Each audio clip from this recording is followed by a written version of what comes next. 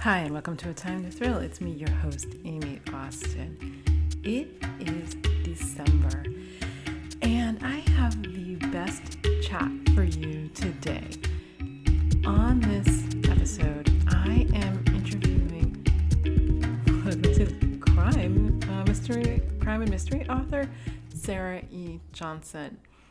What is so fascinating about this is that even with the proliferation of television shows about forensics, CSI, anyone, there haven't been a lot of books that sort of delve into the forensic realm. I mean, there's Kathy Reichs and Bones and that whole thing, so I'm not saying none, but it's not as popular as, say, police procedurals or legal thrillers or cozy mysteries or, many different people who solve crimes. And so this is my Alexa Glock is the first protagonist I have ever read who is a forensic odontologist. And let me tell you how many times I had to practice saying that. Try saying it 10 times. It's really, really hard. I'm standing in my kitchen for hours going forensic odontologist so I don't mess it up. But it's something I've encountered watching crime shows. Mainly, actually, the only crime show I really watch consistently is Law & Order SVU. And so when a body gets past the point of easy identification, teeth are one of the go-to methods of possible identification of of remains. And so it's fascinating because, well, so many reasons you really gotta tune into this interview. First of all, Sara started writing later in life. I know writers from all ends of the gambit, but I do know a lot of writers who started writing in their 20s and 30s. And so by the time they reach my age, have written, 50, 100 books, and have been in the game for a long time. So Sara started writing, you'll hear this, published her first book at 60. And that's fascinating. So this is like a full-on second career. The other thing that is so interesting about this interview is that she spent a year, as you'll hear, in New Zealand. And the series that she's writing takes place in New Zealand. And the pandemic is a problem because I've always wanted to visit New Zealand and Australia. And I was going to in 2020, when I was going to do all these other things like everybody did. And I was actually going to do it earlier this year and I just couldn't. I overdid it. I'm going to be honest. In 2022, I overdid it. I'm in Panama. I'm in Iceland. I'm in Germany. I'm here and there and all these places. I was probably in 10 countries. And as much as I like to travel, it was a little exhausting. I really overdid it. And I actually overdid it this year. At some point, I was in Glasgow and I was I'm literally tired. It's not that I didn't enjoy going to Scotland. It's been so many years, or enjoyed spending time in Belgium or wherever.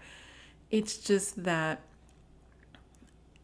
after sitting still for so long, I was gotta go everywhere. I'm only getting older. My bucket list is not getting any shorter and I need to travel. So that said, who knows what I'll do in 2024. That's around the corner and we'll see. Right now I got a plane ticket back to LA from Hungary and that's as far as I've gotten plane ticket wise. No. Oh, I take it back. I'm supposed to be in Machu Picchu. After that, we'll see. Okay, too much. So I don't know when Australia and New Zealand, maybe 2025. Maybe that'll be my spring break 2025 plan. I think I'm going to do that. That said, she spent a year in New Zealand, and what I have found from spending a long period of time somewhere is that you learn so many things about a culture that you wouldn't otherwise pick up in a week or two of a regular vacation, and it is fascinating. And one of the things I wish I talked to her about, but came up in an interview with author Tamara Gill, who lives there, is I find the accent fascinating, first of all, but in another sense, my son and I talk about this. They use words that we would consider old-fashioned, but they still use all the time. And I have so many thoughts about how English language changes or begins to differentiate, even in the few hundred years that since colonization. So anyway, that's to me fascinating. Anyway, it's such a great interview, such a great conversation. We talk about forensics, writing process, so many things, travel, and I can't wait to share it with you. So without further ado, crime author Sara E. Johnson.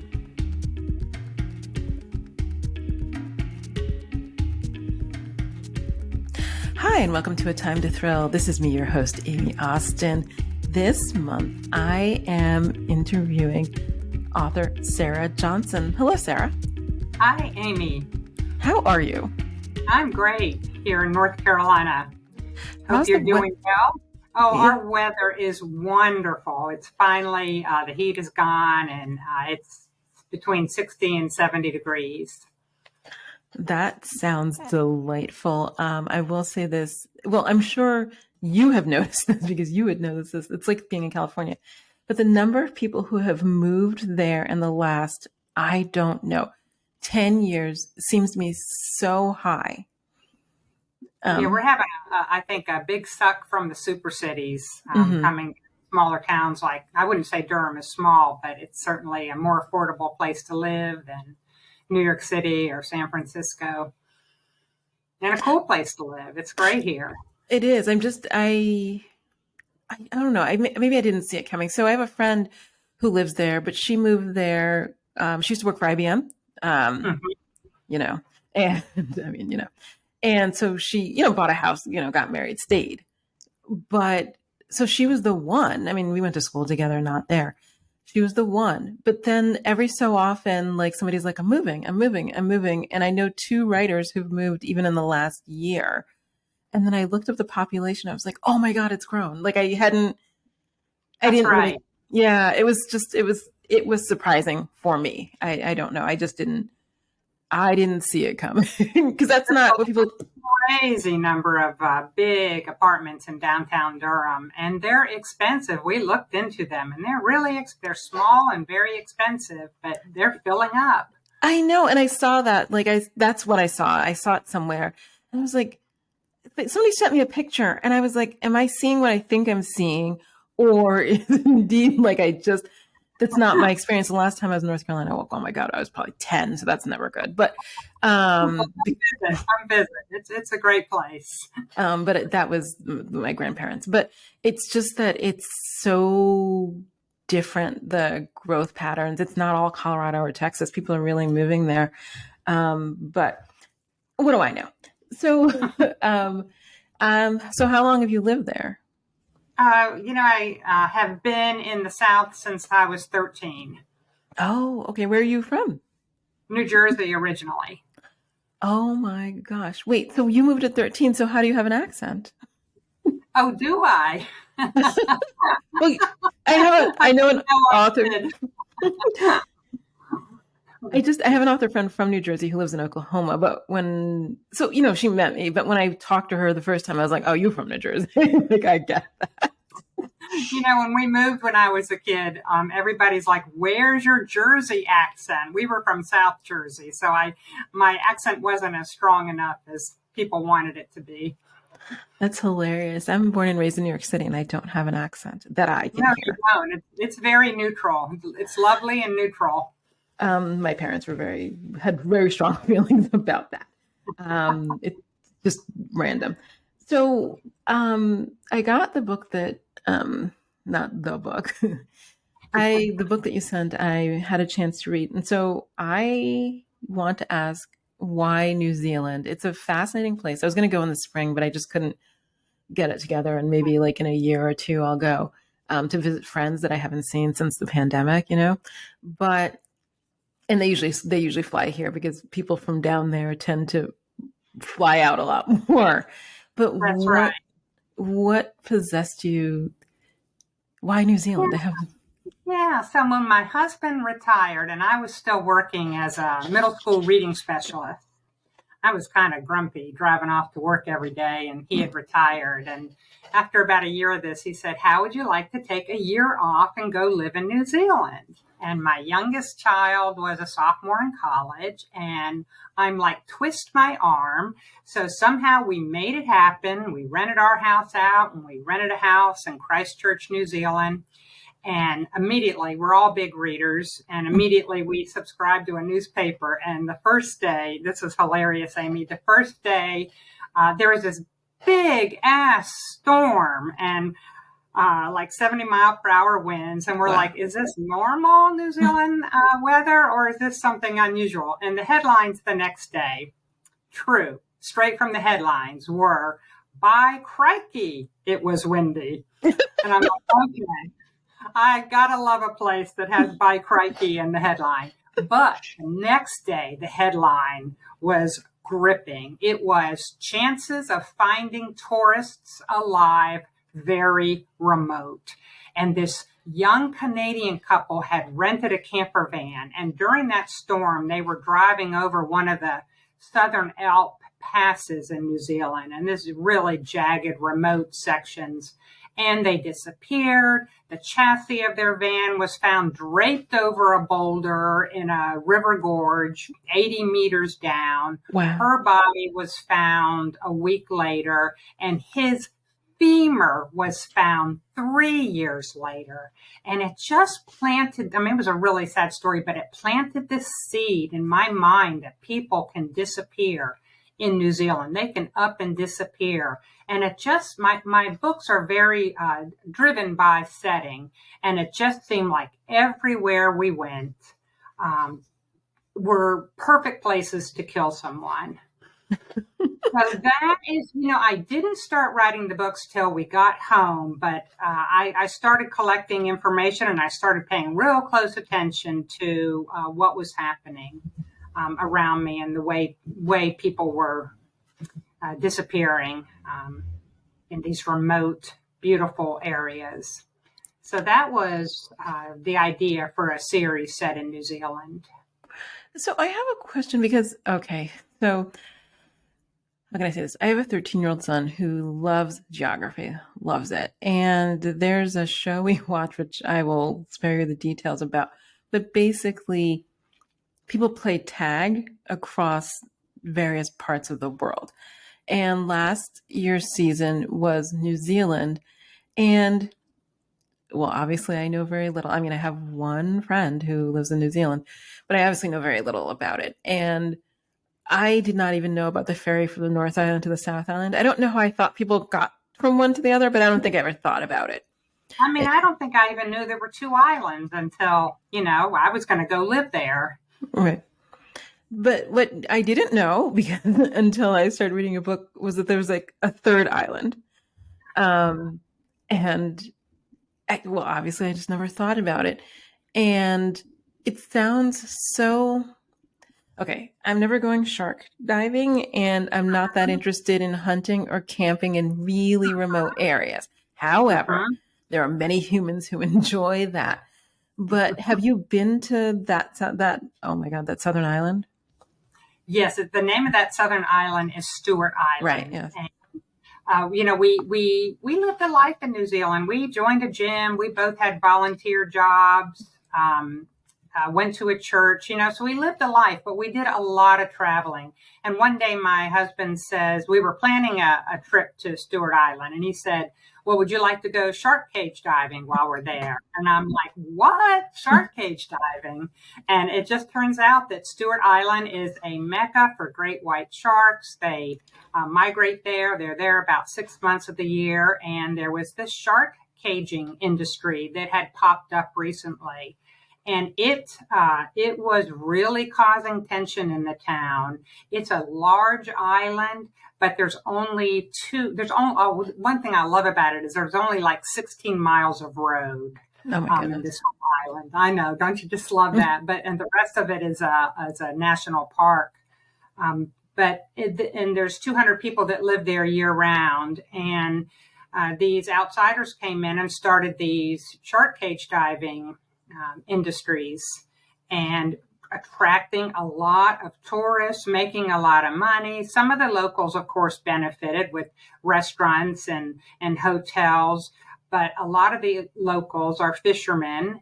And they were saying they were seeing great white sharks in places they had never seen them before. They were coming closer to shore, and they were sure they weren't letting their children swim. Though, Amy, I don't know why anybody would swim because the water is freezing. But the Kiwis are such a hardy bunch. So anyway, they didn't let their kids go swimming or out in small boats anymore. And so there was this real tension going on while we were there between the locals that were against shark cage diving and the shark cage divers. So I thought, oh, wow, that's just ripe for a plot for a book. So that was really fun. By the way, when my husband found out how much shark cage diving costs, we went birding instead. I know it would have been fine. I would have done it. It's not that I didn't want to do it because I was scared something would happen to me. It's actually more dangerous for the sharks who not often, but sometimes get caught, get hurt, ramming their heads into the bars, trying to get the dangling fish or the chum. But, I just kind of felt like that was their world, and I should stay out of it, was my feeling. Yeah, I will say this. So I'm sure you're aware of like the submarine, I don't want to call it, what did they call it? Submersible tragedy that happened some months ago. And previous to that, I have done a submarine thing when I was in Hawaii. Not as deep as the Titanic. It was just to get to the bottom of the ocean. I'm going to tell you, it made me kind of nauseous. It wasn't the most enjoyable experience, but it was fascinating because I've never seen the bottom of the ocean, beyond like a few feet from the beach, or in the Caribbean, where you can see, slightly farther out because the water is clear and warm. But I always have mixed feelings about, I don't want to call it, adventure tourism, as it were. Exactly. Because 50% is like, oh my God, this is so amazing. I have to go see it. And I will say this. I went to Iceland and I went in the glaciers, which I still have mixed feelings about, but I wanted to see it greater than I felt I was inflicting too much on the country. But it's that tension. I don't know. And I have feelings about it, especially both like Iceland and Cuba, where, it's just, like, especially in Iceland, I think they have like 300,000 local residents. They have like 1 million visitors a year. And, right. And you're like, is that really a good idea? But also it was the most amazing, not the most, but like one of the most amazing places I've ever seen.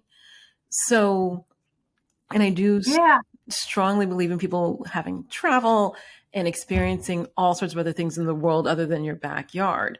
But then there's always going to be that tension because you're, I don't want to say impinging or infringing upon people's like regular everyday livelihood. That's right. And on nature itself. Yeah. Like I have not done a glacier tour, and the book I'm writing now, book 6 in the Alexa Glock series, starts where a glacier is retreating in New Zealand and bones are found. Mm-hmm. And I'm like, oh, I wish I had taken a helicopter and gone on a glacier. But then you realize, how bad that is for the environment. The glaciers aren't going to be there much longer, and I really want to see them. So there's this tug of war that you play with yourself that I think is going to become even a bigger tug of war as climate change progresses. Yeah, no, it was huge. I know that in my lifetime, it's possible there will be no glaciers. So I really wanted to see it. But of course, me seeing the glacier hastens the demise of glaciers. But I don't know exactly. It was, and it the same for a friend of mine. We had this conversation because she went to Alaska at about the same time. And we were discussing it, but we really wanted to see it, but also didn't. It's so hard. And then you think of your son and you want him to be able to see these things, and it's tricky. We're all grappling with it. Yeah, it really is. But so as I was reading the book, okay, so the shark cage diving notwithstanding, what do you think? Okay, so when you went birding, how far in did you go? Well, so in the book, they're like in the bush. Like, I'm just like, yeah, this is never going to go well. But yeah, but as a reader, yeah, no, the birding was pretty tame.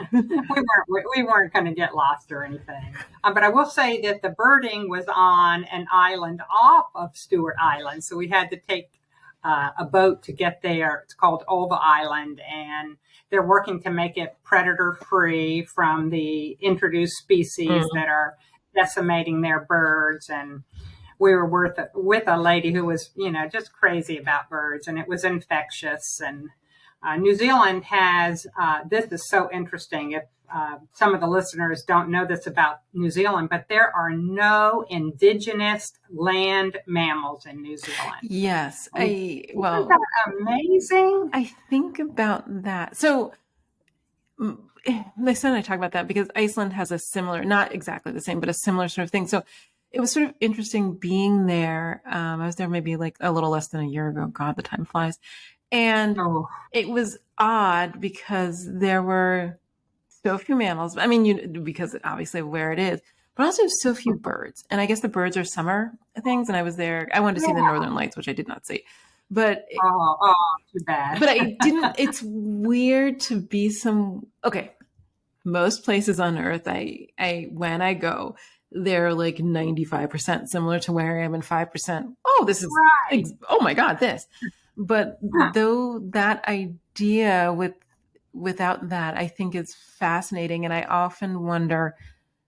Not that I wonder. I mean, I've looked it up. How things like that happen, and then with the introduction, then you have the other problem. So like even in Los Angeles, there's an island called Catalina where they introduced wild boars and among other things, and then they just proliferate because they have no natural predators. Right. And then they become the problem. In New Zealand, exactly. And a lot of their birds developed because there was no mammals that were feeding on them. They developed wingless. They can't fly away. So now that they have introduced animals like stoats and rats and possums, it's just decimating their special birds. Not just special birds, but all their birds, but especially the ones that can't fly, like the kiwi that everybody knows about. No, but it reminds me also of Hawaii, which is similar in the way. I mean, that volcanic sort of thing where they rise up and then things develop, but not in the way that the huge land masses like North America or South America or Europe develop. And it's actually quite fascinating. And it always feels to me like that makes the places more foreign in the sense that they just have a whole different thing going on. That's right. So a year. So I have known other authors who have done this. I know one who lived in Northern California, rented out her house and traveled around the world for a year with small children, which I don't know if I would have done that. Oh, man. But she's not the only one. I mean, I know more than one person who's done it. And the children, I think at the end of the day, are better for it because it becomes this fascinating sort of look into all these places that, you would normally spend, let's say, a week at a time. Such an education for them. Right, but spending months. So having spent a year there, what do you think you got a good sense of the culture? Oh, sure. I really do. We made friends as we were there. And, the Kiwis they're just such a hardy bunch. One of the things that really stuck with me is like there was no Halloween celebration, and at Christmas maybe a few people had lights up. It was not as over the top as America is, and that was refreshing. I found that really refreshing. Everything was more low key. Everything is more modest. I did not see any McMansions and it was just a more modest kind of reminds me of America in the 50s or something. So that was a lot of fun. It's actually fascinating. So you don't need all this information, but I've been taking a break from writing because I think I'm burned out after 28 books. Finally hit me that I was burned out. Congrats for that. And so I was watching, and I also do not take in a lot of pop culture, which I'm struggling with as a writer because I realize that my references are pretty dated, and I'm trying to. That's right. I'm not saying that right that I agree with that, but I know what you're talking about. Yeah. I have to go to my own kids for that. Yeah, trust me, I mentioned Stalin, and I had asked 3 people would they get a Stalin-esque reference, and then I was talking to somebody yesterday, and I always make references to The Wizard of Oz, and I thought, oh, I think I may need to like retire those, you know, like. But I've been watching HGTV because people have been telling me for years I should watch these house hunter shows because I do love to look for a house. And what is fascinating to me, and I'm trying to figure it out because I mean, not, most people don't move all the time. So I don't talk to people about houses very often, but I'm watching these shows and people are like, I can't live without 4 bathrooms or 5,000 square feet. And I'm thinking, oh my God, I totally didn't grow up like this. And then in Europe, the spaces are like basically 8 people living in 700 or 800 square feet with children. And I think, yes. So I just don't know how. I have so many questions as to how we as a society, at least in America, have this belief that we need so much space or so much stuff or whatever it is. When I travel, people are living with so much less stuff and space. And even a friend of mine, we had breakfast a few weeks ago, and she spent a year, speaking of which, she took a year off and went to Bali with her family. And she was like, I don't understand why I have all this stuff in LA because we lived for a year really happily without all the stuff. Mm-hmm. Isn't that interesting? And I think if you don't have the experience of traveling, you can't see that. Mm-hmm. Yes, I think, yes, because you need to get outside of it for a period of time to see it. It's one of the things, it's actually like the thing in my brain I can't sort out because when I'm not in LA, I don't have all of my stuff. Well, I have some stuff, but not all of this stuff. And I don't think about it. And then the minute I come back, I'm like on Amazon Prime ordering. I'm like, who is this? Like, I don't understand how I can go months without it, without a thought. And then I come back and I'm like, oh, you know what I need? No, I know exactly what you mean. I'm rereading some Mary Oliver poems. And one of the poems that I read this morning was, I don't know, it was just, she was out. Maybe it was called The Snow Hare or something like that. And the beauty of the river and the rocks and all. And then, the last 2 lines are, why do we need so many things? Why do we need power and why do we need things? Mm. And I think people can get away from it if they can get out in nature, even without traveling. So I do think that's true. That's important for us. I do. I think that's so true. It's yeah, I think about it often. But I obviously have too much time to think. So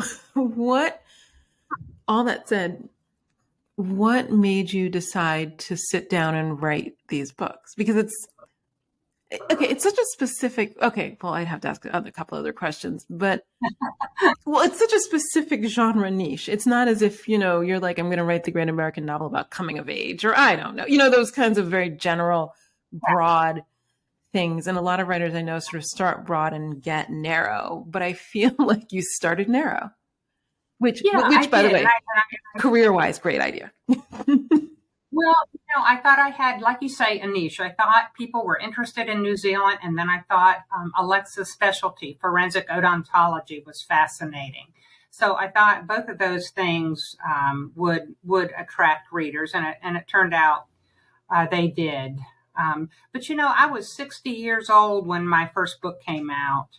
And like you, I have always been a huge reader. And when we got back from New Zealand, I did not go back to work full time. I went back to work part time. I was a journalism major in college, and I had written for some magazines and newspapers, but it was just the right time. Always huge, maybe 50% of what I read was mysteries. Mm.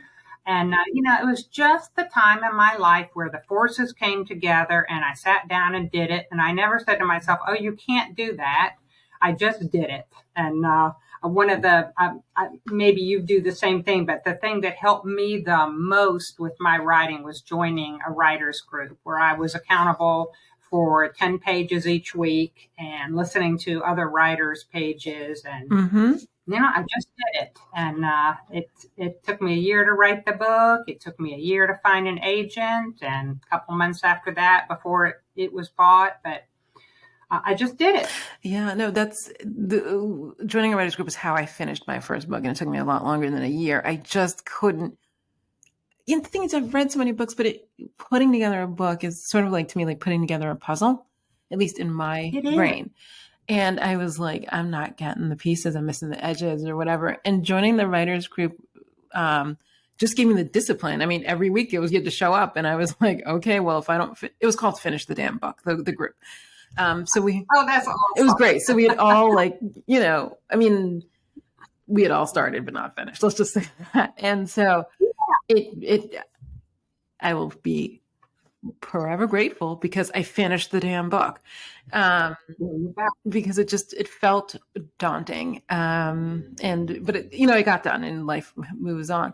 Okay. So I have two questions. Let me start with the first one. What did you read growing up or like all the years before you started writing? Everything. I'm like you. I read everything. I just read everything. What I do is I try to balance a book that has more meat, maybe like Demon Copperhead with something fun like a C.J. Box or Ellie Griffith's book. And maybe I'll read Past by Isabella Wilkerson. And then the next book I read is, a Kathy Reichs book. So, there's nothing I don't like to read. That's fascinating. Okay, there are things I would say I got my mother's Nancy Drews, and I don't know how old I was, maybe 9, 10 years old. They were the old blue cover, cover. I'll never forget that. I remember we were driving somewhere, and I was in the back seat, and I was reading about Nancy Drew crossing a lake in a storm, and it was so gripping, and that scene has always stayed with me. But I will say that I outgrew Nancy Drew really quickly. I mean, there's like 50 Nancy Drew books, and she doesn't really have a character arc. No, it's sort of... So, I even as a kid could see that very quickly they became formulaic. Yeah, I want to say, I remember the covers because at my son's elementary school, there were too many books for the library because parents love to donate books. But in the back room, I don't know, one day she rotates them in and out because kids have different interests, and waves and all sorts of things. And one day the Nancy Drew books popped up and I was like, oh my God, I remember these like little blue hardcovers. So I'm going to be honest, they were not purchased for me. So maybe they were my mother's, or I don't know. I never thought about it. I have to ask now. But I read maybe 10 or 11, but it was the same as, and I'm younger than you, but it was the same as like Sweet Valley High. So there were two kinds of series, and I have a preference as an adult. There were the series that were focused on, let's just say, the proceduralness of it. So this romance, this high school, this mystery without main character development. And the series I think I enjoy more now are those with development, although I'm finding with some series I've read for many years, there are some limitations because the people are getting very old. And, the 70-year-old cop is not a thing. So that's right. You're talking about Michael Connelly. Yes, was that too obvious? Because he had a cane in the last, and I was like, oh, you're getting too old for this game. I know, but I think it's great. I mean, he aged his cop in real life, and that's a decision you have to make. I don't know how you did it in your books. How do you age your characters? They started off much younger, and I write in the past. So, I think the first book I wrote was probably contemporaneous to the time that it occurred. I'd have to really think about that. I don't know. This is like 20 years ago. But what happens is that they occur sequentially. So she started out, let's say in the main series is at 33 or something. I don't have to think about it. And now she's 38 or 39. So it's just timing, but it's also, well, I know the books, I finished it, but it's also 2010. So it makes it easier for me. I don't have to deal with the modernization so much. And also it's very sequential. And also I know exactly what happened during that time in that place because they all take place in Cleveland. So in Cleveland, 1996, it was this. In Cleveland in 2006, it was this in Cleveland. And so right now they're in the midst of, it doesn't matter. In Cleveland, there was a huge, huge, huge scandal where let's say like 50 to 70 people were indicted and sent to prison for corruption in county government. And I lived there when there was the corruption in county government. And I was looking around going, nobody noticed this. And then everybody got arrested and indicted. And I was like, okay, so clearly like I wasn't crazy, but I felt gaslit down. But So, Wow. so I'm writing about that era because it, for me, and maybe for my readers, you'd have to ask them, it encapsulates what it's like, not only dealing with the justice system, but going up against a structure that is so fundamentally corrupt from the top down. And so I keep it within that era, but then also it makes the aging a little bit easier. So it's been 6 or 7 years in book time, and I think it's been 14 books. But, and, Yeah, so she's aging half-life. yeah. Yeah. Alexa is too. Alexa's aging a couple months between books instead of a couple years like Michael Connelly. Yeah. But I didn't really think that I didn't think that out ahead of time. And it's funny. That's just something, if you're going to write a series, you might want to think about ahead of time. I was planning to write a book, so I can't speak on that. But it's the same with the Alex Delaware. I don't know if you've read those, but that's a similar, Alex Delaware and Milo Sturgis. I'm like, at this point, like, I remember them driving like in LA with smog, and it's a whole different kettle of fish right now. That's fascinating. Yeah, but I do think about that. So what do you have, like, favorite books that really, like, I don't know, captivated your imagination when you were, like, I don't know, let's say 10 to 15? Because I feel like that's a formative reading period. This will age me, but boy, the first one that I couldn't put down, and this is when I was in high school, was Peter Benchley's Jaws. I mean, like, everybody was going around the high school. Maybe that influenced me with The Bones Remember. But I went on. I real quickly went on to just reading adult books, and I have a hard time remembering exactly what I was reading back then. I can barely remember what, I've started keeping book journals, and it's really nice. I write about every book that I read. And so now at least I can read about what I read 6 years ago. Yeah. Do you know, I started keeping a book journal maybe 10 years ago. And the main reason was, and this is like a family joke, our library has like a giveaway pile every, I don't know, month. I don't know. It doesn't matter. 6 months. I don't know. And I kept bringing the same book home, and I had 3 copies. I literally never read it, but there was something about the cover that clearly compelled me. And on the 3rd copy, they were like, come on now. That's really funny. Might even have been different covers. I know, but it was something about it that was compelling. I gave them all away. But keeping 2 books that really stick out for me that I've read maybe 20, 30 years ago were Wally Lamb's This Much I Know Is True, and Annie Proulx's The Shipping News. But those would not have been when I was a kid. They would have been probably maybe when I was in my 40s. But they are books that I will occasionally reread.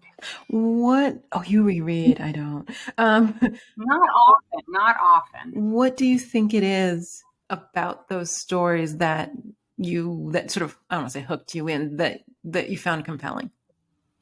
One of the things about The Shipping News was the setting. The setting was not Nova Scotia, one of the Canadian islands. It'll come to me in a minute. And the wind was so fierce that these people had to chain their houses to rock. Oh my God. So they wouldn't blow away. And the other thing was the character. This character, Coyle, he just really touched my heart. He had this really long chin, and so he would go around stroking his chin to kind of hold it, and he was awkward, and that's just always stuck with me. And with Wally Lamb, I think it was the exploration of schizophrenia, of identical twins. One had it and one didn't, and what it would be like to be the one who didn't, and how he felt for his brother. So those are some characters and plots and settings that stuck out. That is fascinating. That's fascinating. Okay, so I'm going to ask this because I spent all day yesterday practicing this. What was it about forensic odontology that got you? Because so I said to my son, he was like, "What are you reading?" Because there's, this. Well, whatever. I'm always reading like 10 things, and I was like, "Did he like that you were reading about sharks?" No, he liked the forensic. He had never heard of forensic odontology, and I looked at him and I was like, "You haven't?" But he's 13. I'm not saying he should have. And so I explained to him IDing bodies when you didn't have other information. I was like, well, in my experience, it's often burn victims or that's right. What do I want to call it? Decomposition. And that's right. And he was like, really? And I was like, well, you know how you've gone to the orthodontist and you had x-rays, so those records. I said, but not everybody's gone to the dentist. And we went into a long detour about. That's right. Good. I'm glad I sparked such a great discussion between you and your son. Yeah, no, it was fascinating. Although this morning we discussed the sociopath next door, which is maybe a different conversation. But well, yeah, that's kind of a scary thought. Well, I'm reading that as well. Oh gosh! Oh, that's a book. That's not literal. No. It's a book from like. Not past the neighbor's house. No, it's because I write about crime, and I don't think. Yeah. So people commit crimes, I think, for two reasons: one, because they have no morals, or two, because there's something to be gained. And I'm really exploring more the people who have no morals, less than the people who have something to be gained. That's when. Those are the ones that scare me the most. Gosh. But that's sort of where I am in my writing journey. But so I was reading that. But so anyway, we talked about the forensic odontology, and so when I explained it to him, so he'd never heard of it, and I was like, well, then here you go. But I guess, and they even had a unit last year in forensics at school. I guess it didn't come up. So what made you pick that? Because there's, well, I'm sure you're aware with like CSI and all of those, that era of show, forensics was featured more than it ever had been, at least in my lifetime. Right. What sparked me was how much I loved Kathy Wright's books. What is she? A forensic archaeologist, I believe, is she is, and she spends her times in the book between Charlotte, North Carolina, and Quebec. Mm-hmm.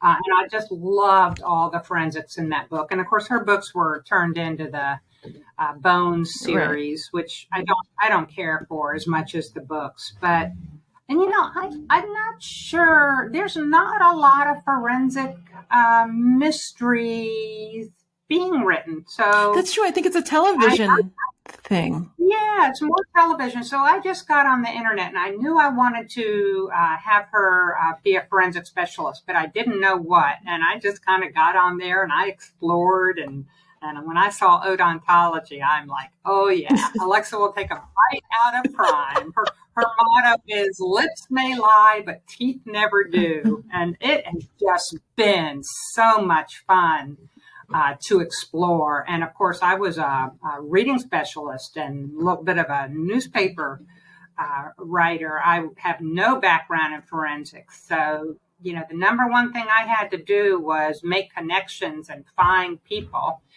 They all turned out to be women that would read over what I write to make sure I get it right. And these women are phenomenal, and they are so giving of their time, and they're so funny, and they're complete geeks.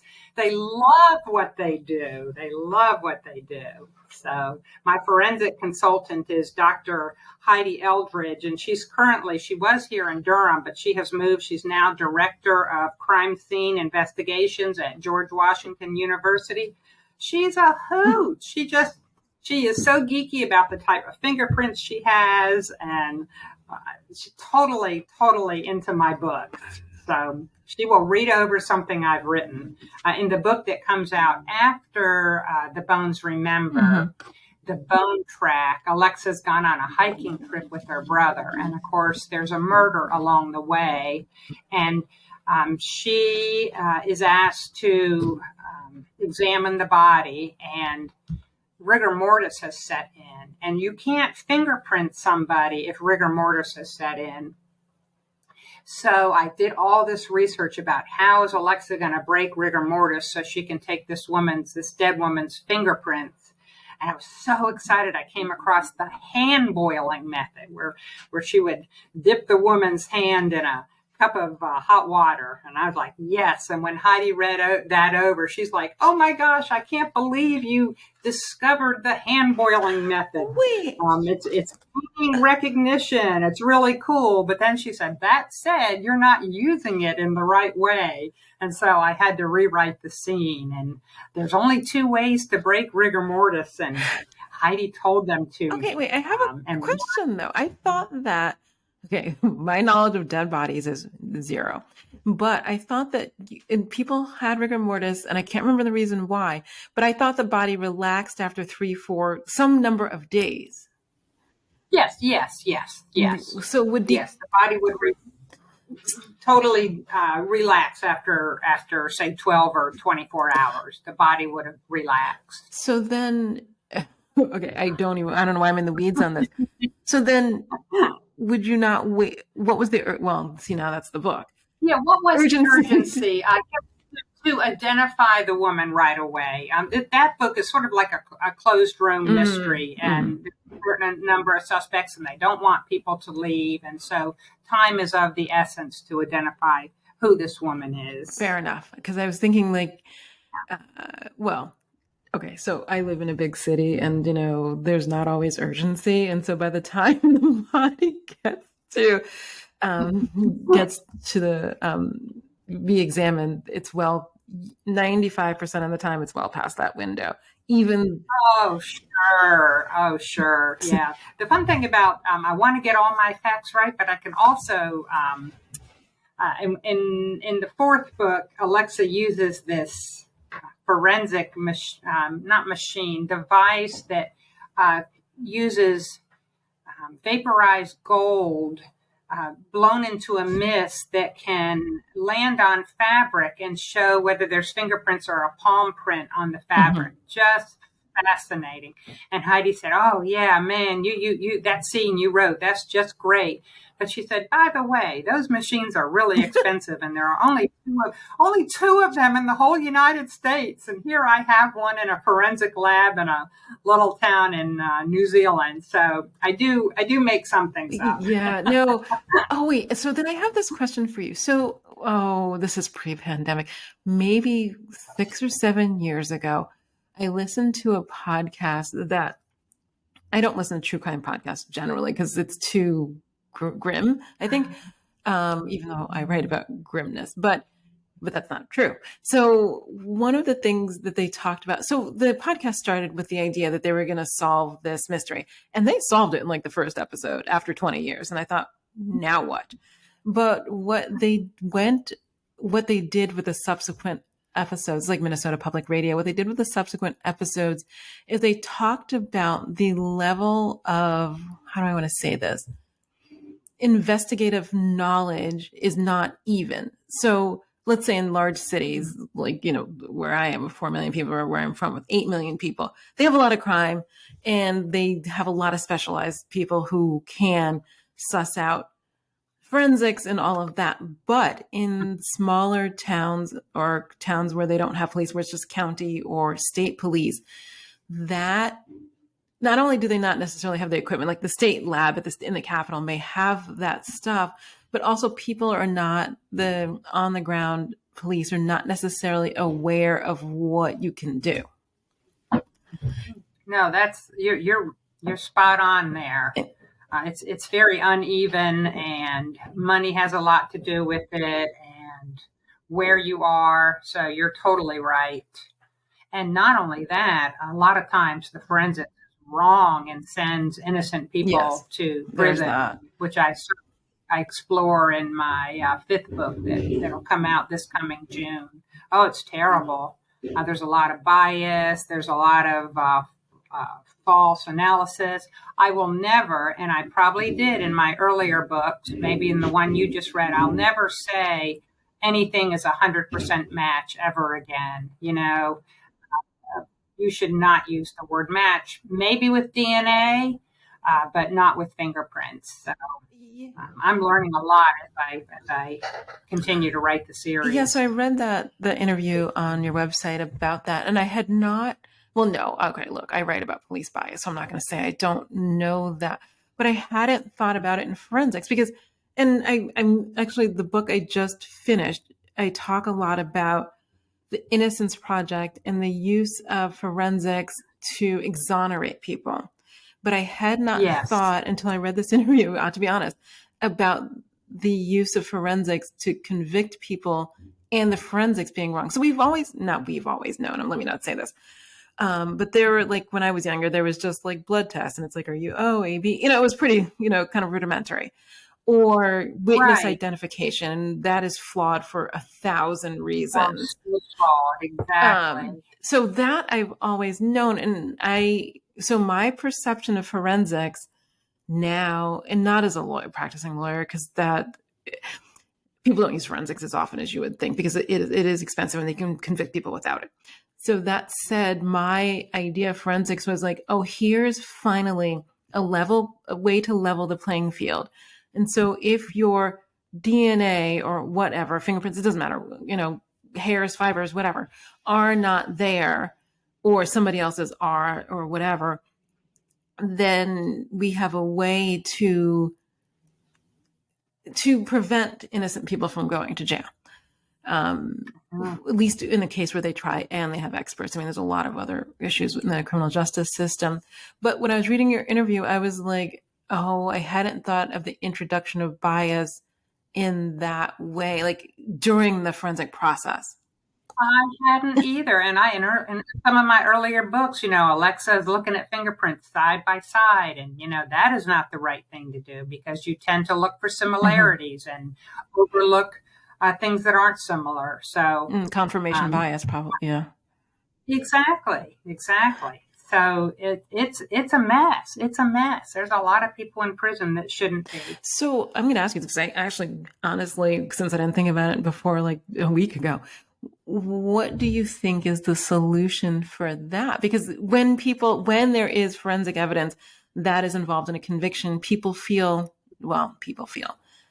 the perception is that it's more sure. So if you're just like arresting Joe on the street and Joe's like drunk and doesn't remember and, therefore he's in jail, that is one situation where you're like, this can go 9 ways. But in the other situation, it was like, well, Joe's fingerprints were there or these fibers were there or whatever.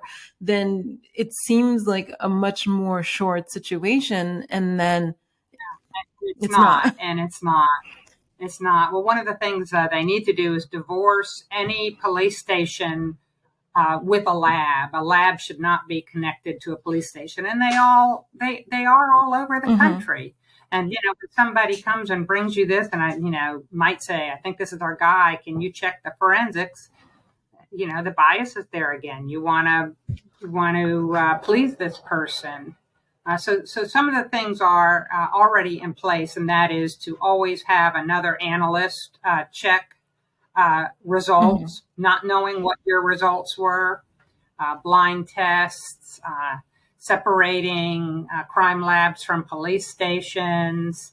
Ask if you're ever on a jury and you have a witness, not a witness, an expert up there saying, this is 100% match. Well, that's BS. There aren't 100% matches unless it's DNA. DNA truly doesn't lie. But fingerprints, you want to ask about error rates. What are your error rates? Who confirmed this? What is your background? This is fascinating because what I have found in my practice, and I haven't practiced a long time, is that, and maybe it's cheaper now, but okay, nothing is free and everybody has a budget. And so DNA was maybe still was more expensive. And so if you could get a fingerprint match or some other evidence that was less expensive, then that's what people would do. It wasn't like, let's all hop to DNA. That's right. Well, I think more often we need to hop to DNA, or at least get the fingerprint comparison blindly analyzed by someone else and see if they're confirmed. Do you think that there would be a movement? I can't see a reason. I can't see police letting go of the grip of that because they have a job and a goal, and their goal is not what I was a defense attorney, what my goal would have been. And so the only thing, and I don't know if this is never going to change maybe, is that the only thing that worked is that if my client had more money and could hire their own expert or whatever to refute it, then that went a much longer way than just cross-examination. It's an unfair justice system. And what you've just said is one of the roots of that. Yeah. Money. I talk about it all the time in my books because we don't talk about it all. I mean, it's known, but it's such a large factor. That's right. That's right. And time, DNA tests take so long, and even a fingerprint analysis can take a long time. And yeah, and it's hard, at least so for clients of mine. So either it's hard, and I discounted this when I was younger, and I think as I get older, I could see it. I think we discount the stress. So even if you're out of jail and therefore or not, the speedy trial time is slower, the stress of being under indictment, is not zero. And I had never considered that. So people often want to rush. Well, this is like delayed gratification. And I'm not saying this is wrong, but they want the certainty of conviction or pleading or whatever that is, separate and apart from, like, if we wait 9 months and 2 days, then we can get a much better result. And 9 months and 2 days is a long time to live with an indictment over your head and not know what's going to happen. It is. It threatens your job, your livelihood. People look at you with suspicion. It's a tough system.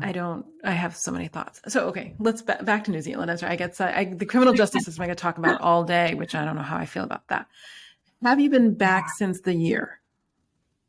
Yes, we just got back this past February. We stayed 4 weeks, and it was wonderful.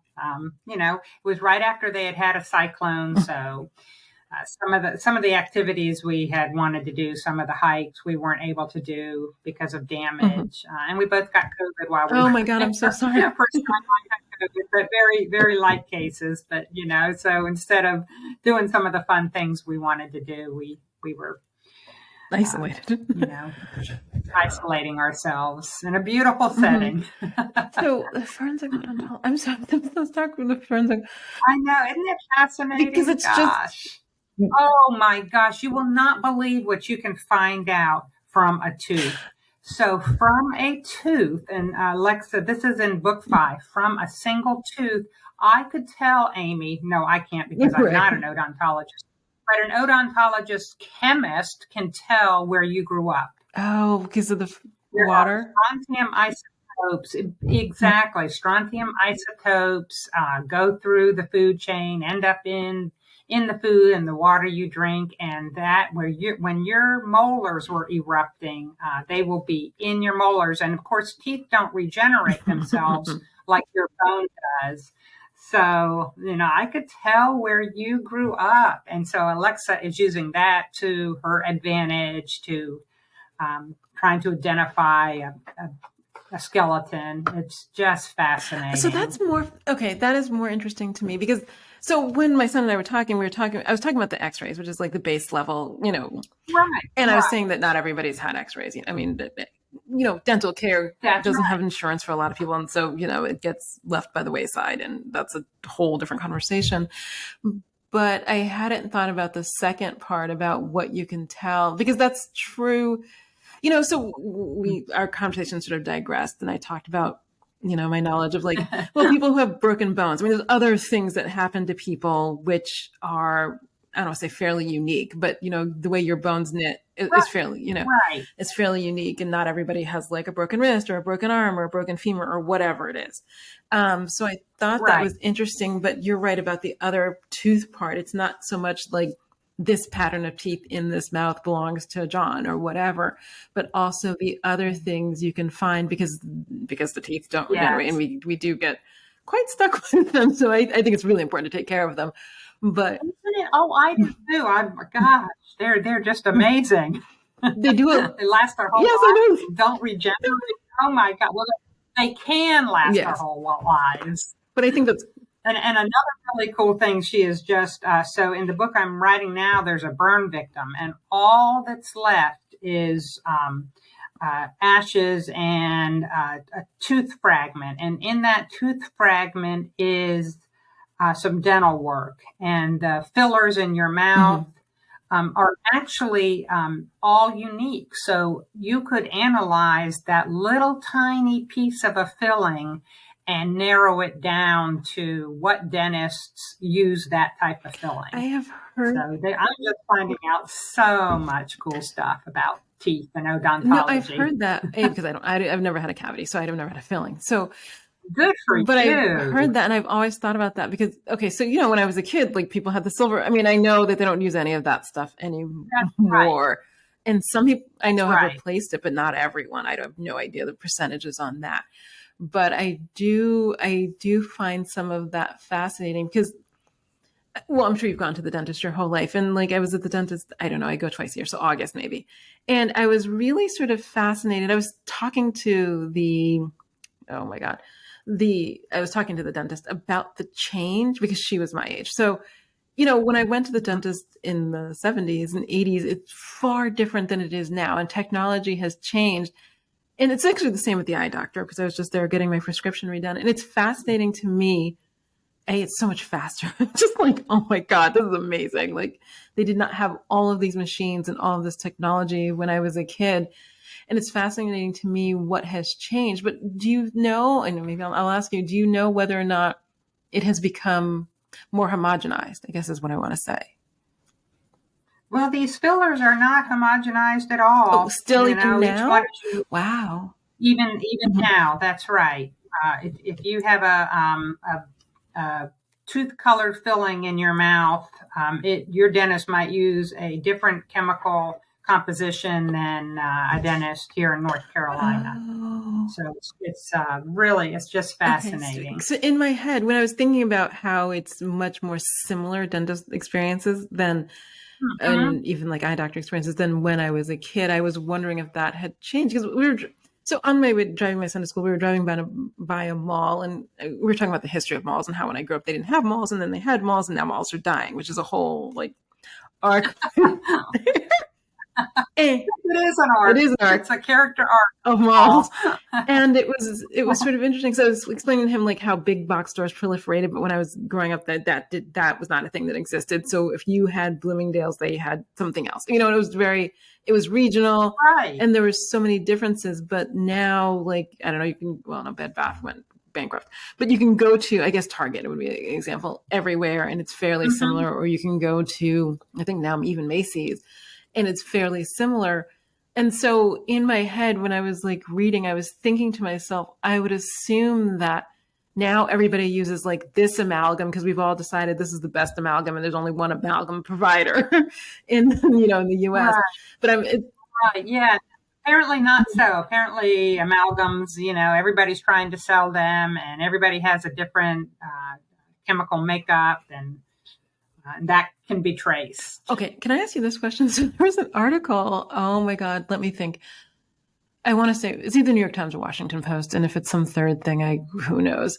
But I skim those in the morning. But there was a fascinating article, and it's something I've noticed in my little reality TV like dip in the last 6 months, that okay, when I was younger, everybody's teeth looked different. And so my dentist did my LA dentist did a remodel.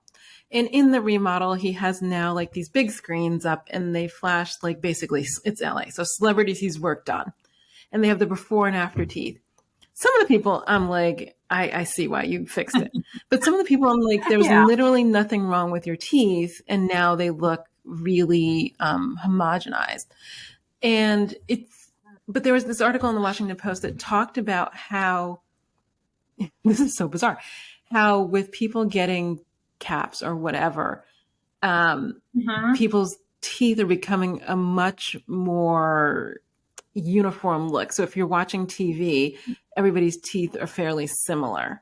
Wow, that's really fascinating. Of a certain generation. But Alexa's going to have to investigate. Well, no, because I do wonder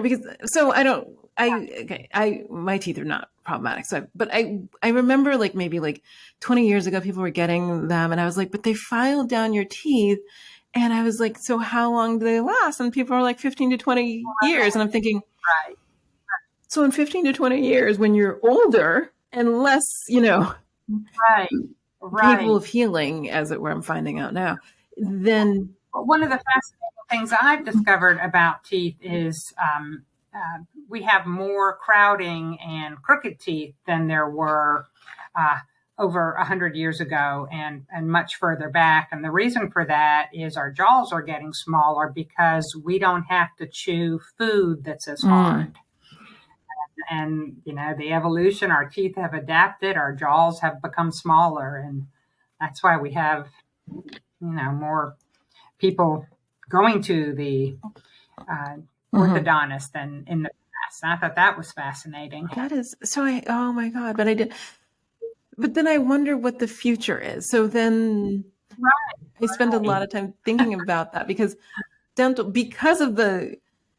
not sharks, and so anything you do is I don't want to say is permanent or not impermanent and creates like an ongoing care need when you may not be able to care for that later. So I mean, like, let's say I meet people in their 20s and they're like, I'm going to get caps, and you're like, okay. But let's say at 40 and you're on strike as an actor and the money's not coming in, but you have to redo them. Then what happens? I've really this has plagued me over the last couple of weeks. I'm like, but then what happens? Yeah. I hope a dentist is, given the long view as well as the short view. But, people lots of times don't even want to consider the long view. I don't live in a long view town right now. So I have a lot of thoughts about that. So let me say this. I don't like to do research. When writing, I'll research anything else, but not the thing I'm doing.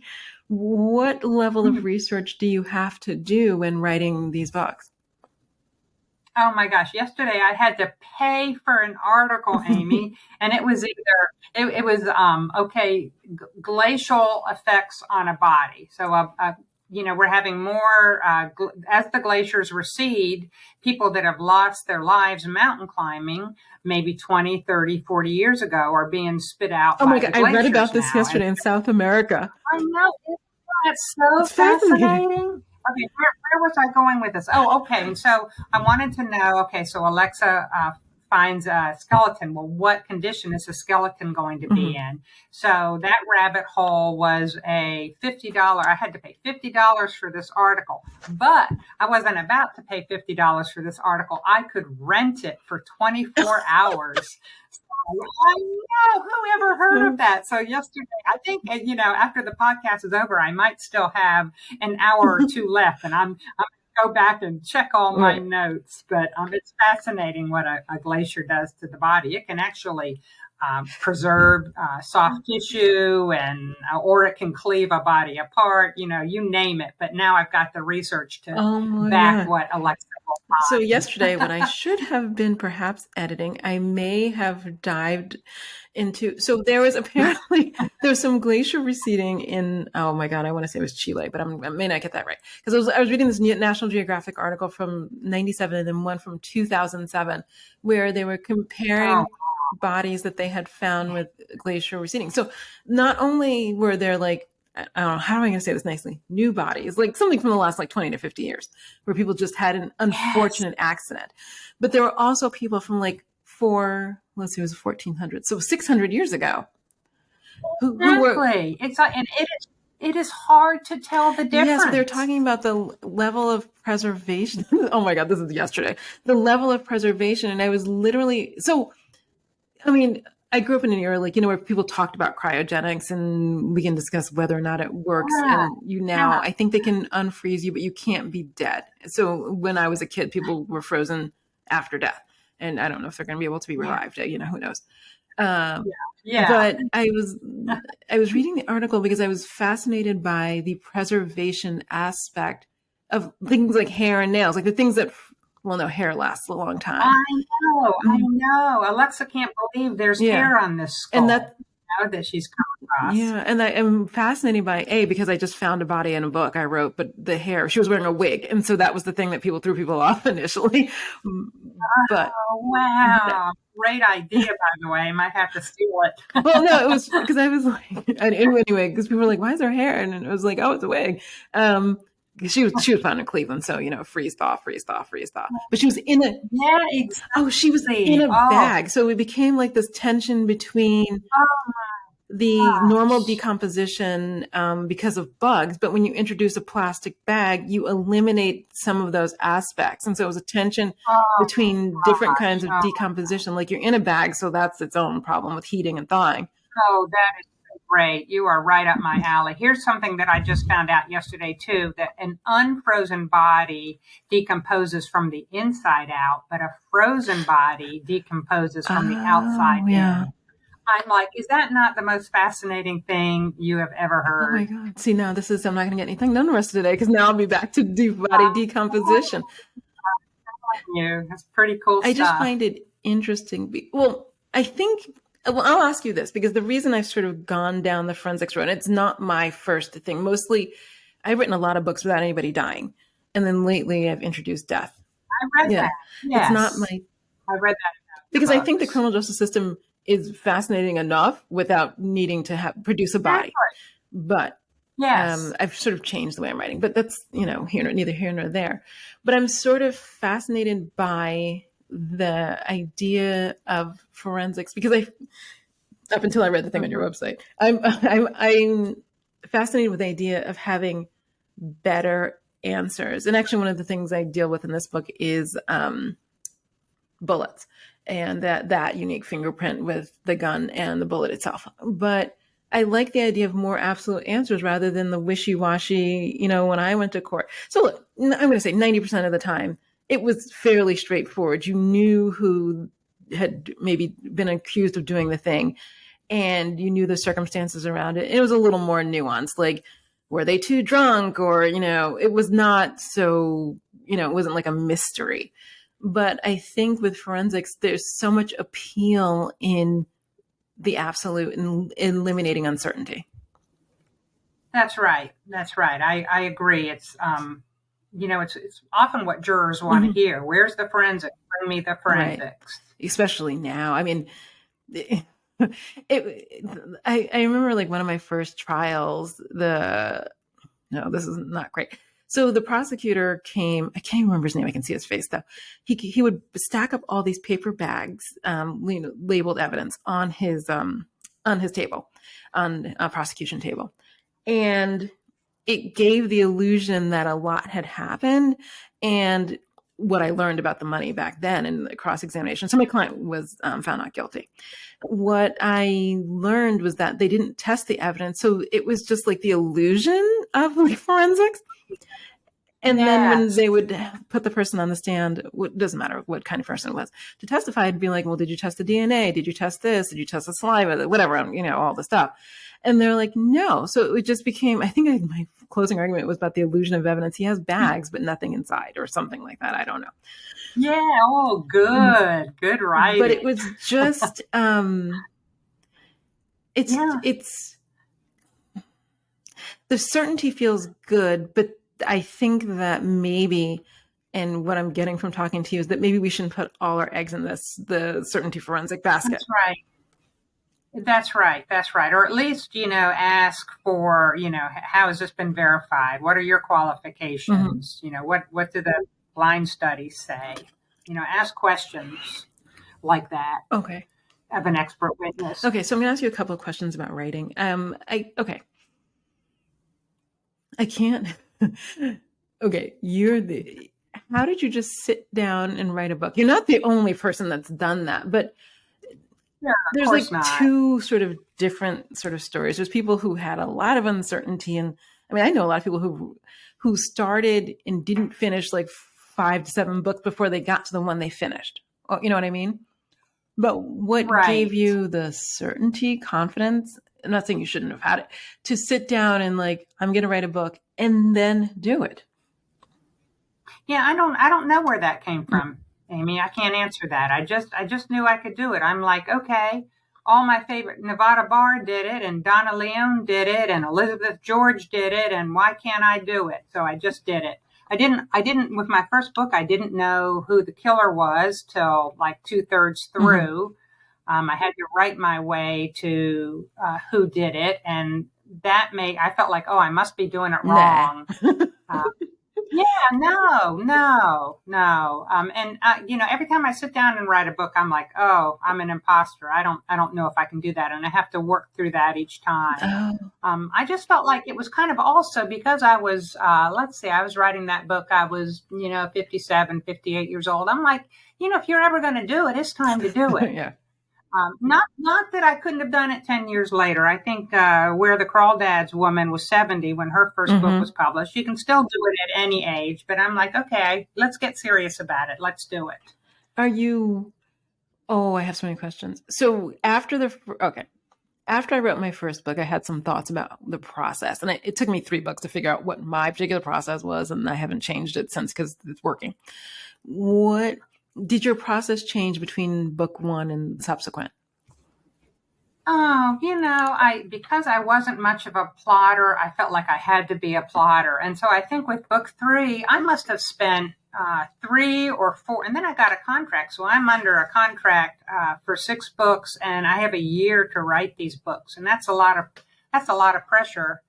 It's a wonderful pressure. I'm not complaining, but it's a lot of pressure.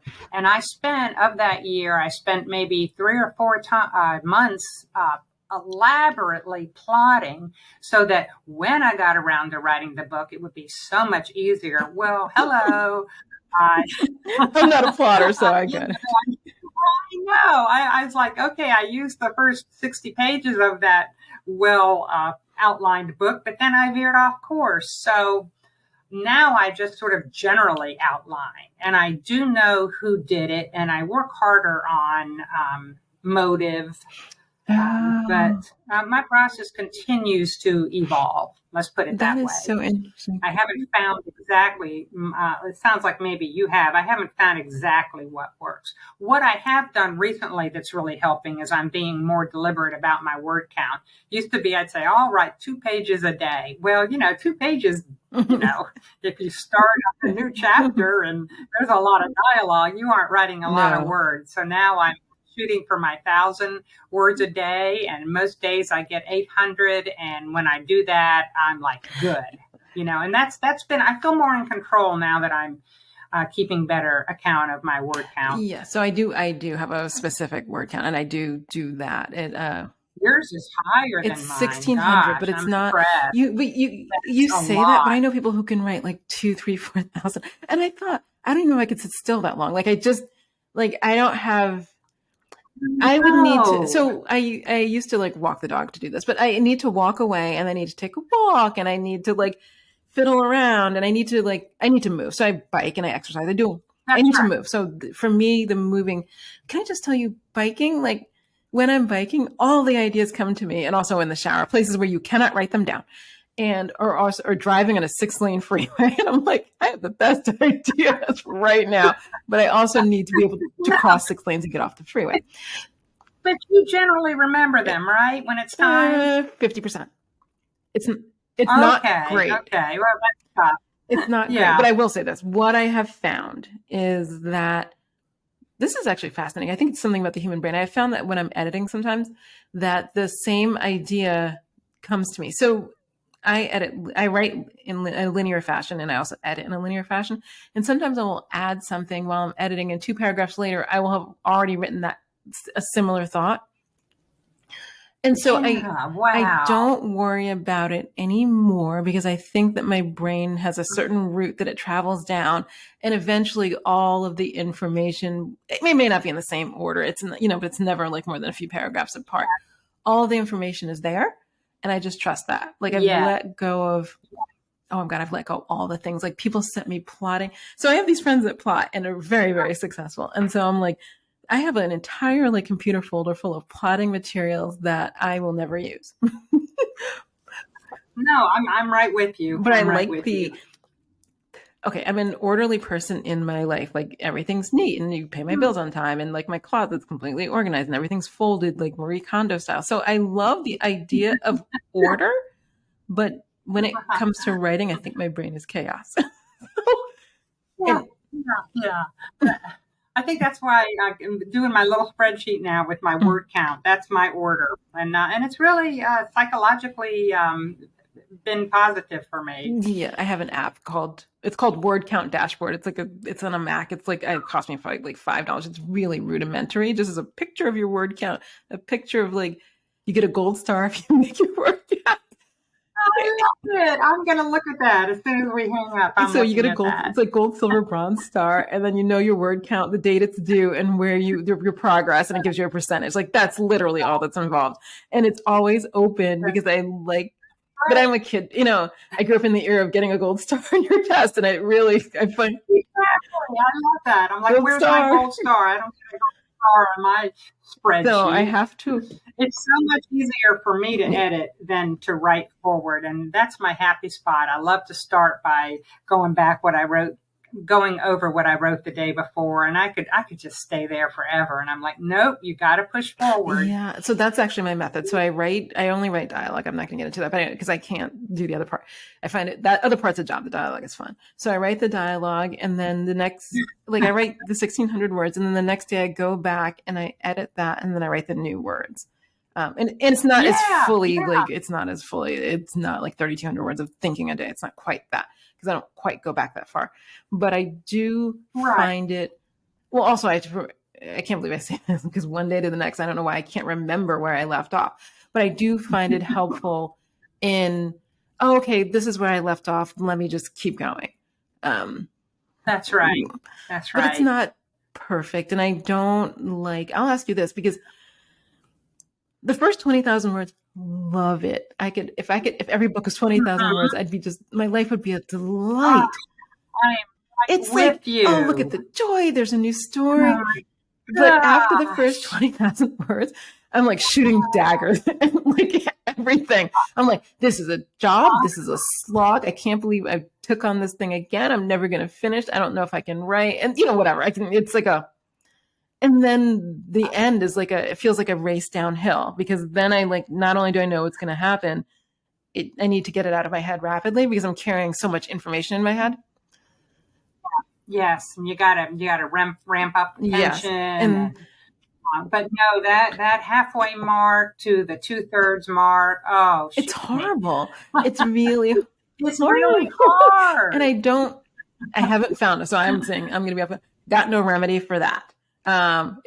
No, same here, except to keep at it. Yeah, like you say on your website, butt in the seat. You got to keep pushing forward. Yes, and so I'm not a write when inspired person. I write more when inspired, but I did find, this is so sad, I did find that when I reread the books, and I know which part was harder to write versus which part was easier to write, they read no differently. So it's clearly some mental thing, as far as psychological, that I'm not unweaving it. This is not my great life's work. But I do know that there's no appreciable difference between the hard words and the easy words, which is. That's right. And that's a sign of a good writer when you look back and can't see. Yeah, but it makes me sad, because I want the easy words to be. I don't know. I don't know why it makes me sad. It makes no sense. So But it is pretty cool when you get into the zone, and you've written 3 pages and time is past and you're so focused, and that's really sweet when that happens. I've burned a lot of food that way. I did it the other day. I'm like, I'm just going to sit down and just look at this, and I'm like, why is there smoke in the house? And the thing is, I used to sit in the kitchen at the breakfast bar. I'm looking at it now and write, and I still would burn food. And I'm literally 2 feet from the stove. So I don't feel like I'm in the zone, but I know it because I burn the food. That's right. Okay. So I'll ask you this. Do you think that, how can I say this? Is there any other kind of story that you think you want to tell? Since you haven't switched genres and hopped around and done a lot of things a lot of us have done. Yes. I have a middle grade mystery that I wrote and I loved, and my agent wasn't able to sell it, and I'd like to get back and write that again. And then I have a wonderful women's fiction story that is just bursting through me and wants to be written. It's basically maybe a 80-year-old woman and her 53-year-old daughter, and the tension between them as the 80-year-old who lives in a retirement community is starting to date while the 52-year-old is going through a divorce, and dogs are involved. Oh my God, you've hit my sweet spot. I love dogs in women's fiction. I know. No other daughter, yeah. Oh my gosh. So what I'm going to do is, if I get so my contract runs out after the book that I wrote now, and So first of all, will they renew my contract or not? That's Yeah. yet to be determined. And if they do, fine, but I'm going to ask for more time in between book 6 and book 7 and write this book. I think I had a name for it, but I can't remember because I have started it. But if the contract isn't renewed, I'm just going to throw my whole self into this book. Please so do. Either way, I'll come out there. Thank you. I think it's a great plot, and I can't wait to write it. You just touched so that women's fiction is the genre I love the most. I can't read the same thing. I can't read the same genre over and over again. I do really switch back and forth because my brain can't tolerate it. But it's my favorite. Like it has everything. It has like a little bit of romance and like family tension and other things. And something about it seems to be like the whole experience, like that I want in a book. Well, I agree. So anyway, that's what I will write when I'm not writing my Alexa Glock books. And then but she's a lot of fun. I do love her. For me, she's a lot of fun because she's got a lot going on. Okay, my last question for you is, what are you reading right now? Oh, right now, oh my gosh, it's so good, Amy. I don't want it to end, and it's just a tiny little gem of a book. It's called Small Things Like These by Claire Keegan, an Irish writer, and I can't recommend it enough. She does not waste a single word. Okay. She explores the mother-child, the mother-baby Ireland, when the girls got sent off to have their babies and the babies were taken from them. But it's through a 40-year-old man's point of view. And it is, won all kinds of awards, but it is just a little gem. I have not heard this, and now I've added it to my list because I love Irish writers. Good. I really do. Yeah. Oh my God. Well, I'm not going to ask you. I assume you've read a ton of French. I love her. Oh, The Searcher. What a good book. It's my favorite book from like 2 years ago. I don't dislike the Dublin Murder Mystery series, but that one, the relationship was the thing for me, not so much the searching for the body. No, that was a really good book. And boy, can she do atmosphere and setting, and dialogue and everything. She's really good. I really like that. But did you read like Maeve Binchy back in the day? I think it was just a little too romance oriented for me. She wrote different. Unfortunately, and they were not okay. Let me say this: they were marketed more similar than they are. I think that's, but it's the same with like that Elizabeth George with like the one book that I think is her best book. It's different than the rest, but they sort of try to package them because that's I understand what it takes to sell a book. That's right. I get it. No, that was. Yeah. What are you reading right now? Other than The Sociopath Next Door. That's I need to let that go. I did. Okay, so I'm gonna have to write this down. No, I actually did start a book. No, I want to say it's called A Million Small Things, but I'm not gonna get it right, which is ironically Irish. No, it's the 100 Years of Lenny and Margot. Oh wow, that's an interesting title. Well, I don't know. I hate spoilers, but it's about the main character's dying. But it's really, I don't know how to. It's interesting. It's just different. It's not romance. It's not sci-fi. It's not fantasy. You know what I mean? So it's just straight fiction, and I'm really enjoying it because she starts off talking about how they no longer talk about death. And she's in her disease, they call it life limiting as opposed to terminal. And I thought that was fascinating. And I was like, that is an interesting twist of terminology. And I'm going to have to look that up later. But that's the one I'm reading now, that and The Sociopath Next Door. So, The Sociopath Next Door I'm trying to read for writing. Like I really want to explore the psychology of immoral or lack of morality, I guess, more. Yes. And then the other one is just pleasure because I got to read something at night.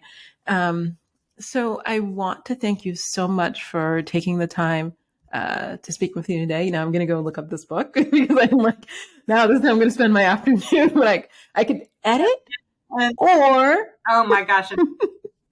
Her short stories are just a force of nature. But thank you, Aime, for having me. This has been so much fun. I'm so glad we're friends now. Yes, I really appreciate it. Now I have to go. Okay, keep writing. That's actually all I want to say. keep doing the thing because it's a joy. Thank you so much. Thank you. This has been A Time to Thrill with me, your host, Aime Austin. If you enjoyed today's episode, I hope you'll share, rate, and review on Apple Podcasts or wherever you listen. It will help others to find and enjoy my conversations with brilliant women creators. Also, please hit the subscribe button on your podcast app. In addition to hosting this podcast, I am also the author of the Nicole Long series of legal thrillers. The first 3 books in the Nicole Long series are now live. You can download Outcry Witness, Major Crimes, and Without Consent to your e-reader right now. The 4th book in the new series, The Murders Began, is available for pre-order wherever you get your books. I am also the author of the Casey Quit series of legal thrillers. These titles are available wherever books are sold, your local library, and also an audiobook. You can also find this podcast on Facebook at A Time to Thrill. Thanks for listening, and I'll be back with you soon with more great conversation.